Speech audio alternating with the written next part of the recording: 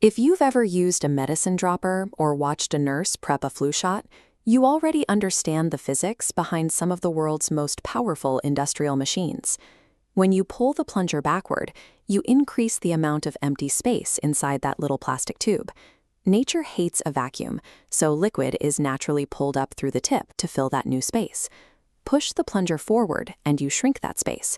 The liquid has nowhere else to go, so it gets squeezed right back out.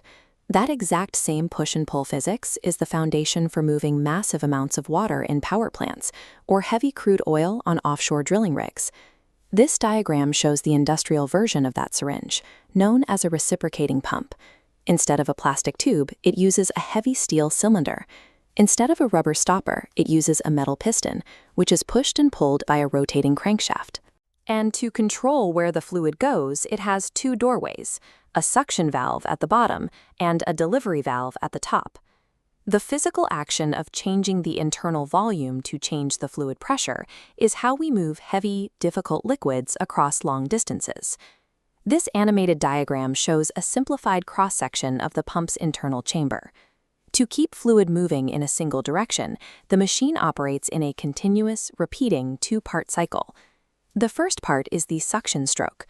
The crankshaft rotates and pulls the piston backward, expanding the space inside the chamber. Because the same amount of air now has to fill a much larger space, the internal pressure drops rapidly, creating a vacuum. That vacuum actually pulls the bottom suction valve open. Fluid from the supply pipe rushes in to fill up the newly expanded chamber. Then we hit the delivery stroke. The crankshaft rotation pushes the piston forcefully forward, shrinking the fluid space. Liquids cannot be compressed. Shrinking their container causes a massive, immediate spike in pressure. That extreme pressure slams the bottom suction valve shut. With nowhere else to go, the fluid blasts the top delivery valve open and shoots through the discharge pipe. Because those two valves only open in one direction, their precise alternating timing ensures high-pressure fluid moves forward continuously without flowing backward. Working with systems under this much physical stress requires strict safety protocols. Before human hands touch the machinery, the area must be secured. This safety graphic illustrates the 4 non-negotiable rules for pump operators. First, apply a lockout-tagout padlock.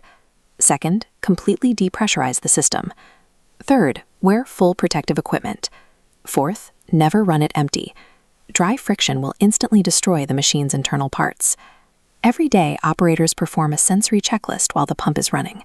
They start by listening. Excessive grinding noise means the metal bearings supporting the crankshaft are worn down and need replacement. Next, they check for excessive physical vibration. If the pump is shaking hard enough to rattle the floor, the operator usually needs to tighten the heavy foundation bolts or realign the pump with its motor. Finally, they read the gauges. If the flow rate is low, there is likely an air leak or a clogged suction line. If the flow rate is 0 while running, the internal valves are faulty and stuck shut. A daily check using ears, eyes, and hands is the operator's best defense against a catastrophic mechanical failure. Just like a car requires an oil change every few thousand miles to avoid engine failure, industrial pumps follow a rigid preventative maintenance calendar.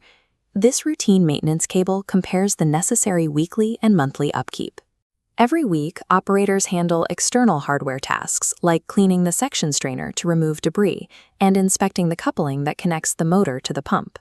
They also log weekly performance data, verifying the pressure gauge readings and checking the external bearing temperatures to ensure nothing is overheating. Monthly tasks require deeper inspection. Operators check the internal wear on piston rings and valve seats, and they pull samples of the lubricating oil to analyze it for metal shavings or degradation. Following a rigid schedule allows a facility to predict and replace wearing parts long before a sudden, expensive breakdown halts production. Once a year, the pump undergoes a complete system surgery known as the annual overhaul. It is taken entirely offline, drained, and disassembled for a deep internal inspection. This exploded view highlights the high-friction parts that take the most abuse. During the overhaul, maintenance teams automatically discard and replace the worn piston rings, the damaged valves, and the valve seats, regardless of whether they have completely failed yet. The heavy steel cylinder itself is measured for microscopic scraping and wear. The main shaft is checked to guarantee it remains perfectly balanced and aligned with the motor. Reassembling the machine is only the first step.